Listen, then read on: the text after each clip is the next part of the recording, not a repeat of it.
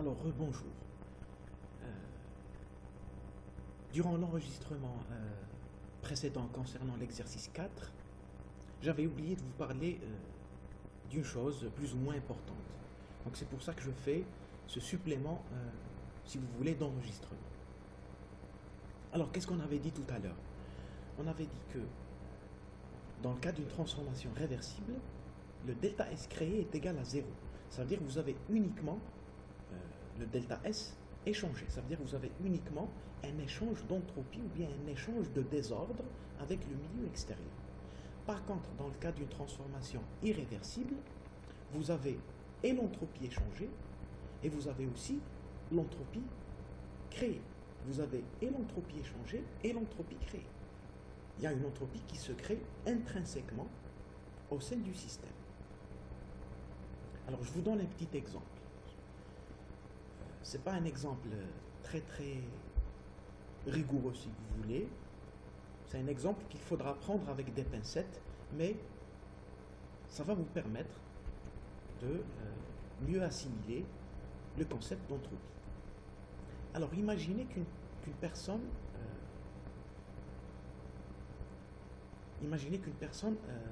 attrape un rhume. Alors, le rhume, c'est, si vous voulez, c'est une sorte de désordre.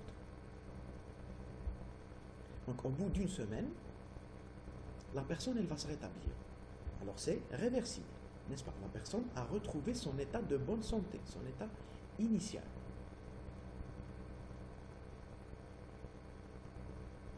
Alors, dans ce cas-là, c'est une transformation réversible, puisque la personne a retrouvé son état de bonne santé. Dans ce cas-là,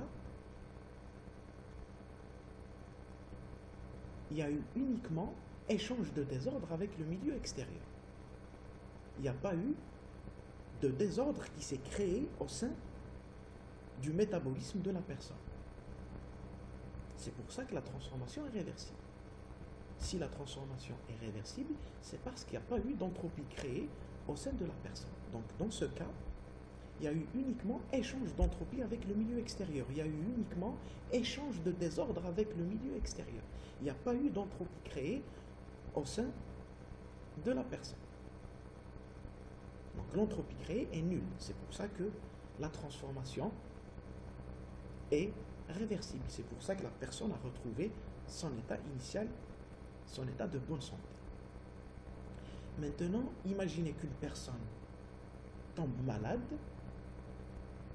mais malheureusement, cette personne ne se rétablit pas. Alors, dans ce cas, la personne, elle ne se rétablit pas. Supposons qu'elle va devenir chroniquement malade. C'est-à-dire qu'elle sera atteinte d'une maladie chronique.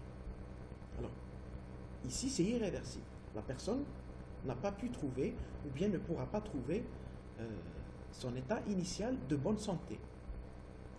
Pourquoi est-ce que dans ce cas-là, c'est irréversible? Parce qu'il y a eu non seulement un échange de désordre, un échange d'entropie avec le milieu extérieur, mais il y a eu aussi une création d'entropie au sein du système, de manière intrinsèque.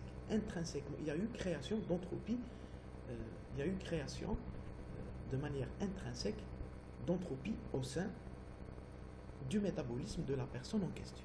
C'est pour ça que la transformation, si vous voulez, est irréversible. Donc, dans ce cas-là, dans le cas où la personne devient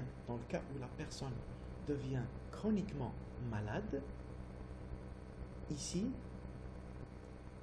la transformation, elle est irréversible. Pourquoi est-ce qu'elle est irréversible? Parce que la personne n'arrive pas à recouvrer son état de bonne santé. Et elle est irréversible parce qu'il y a eu non seulement un échange de désordre, un échange d'entropie avec le milieu extérieur, mais aussi une création d'entropie de manière intrinsèque au sein du système. Voilà, j'espère que j'ai été assez clair. Merci.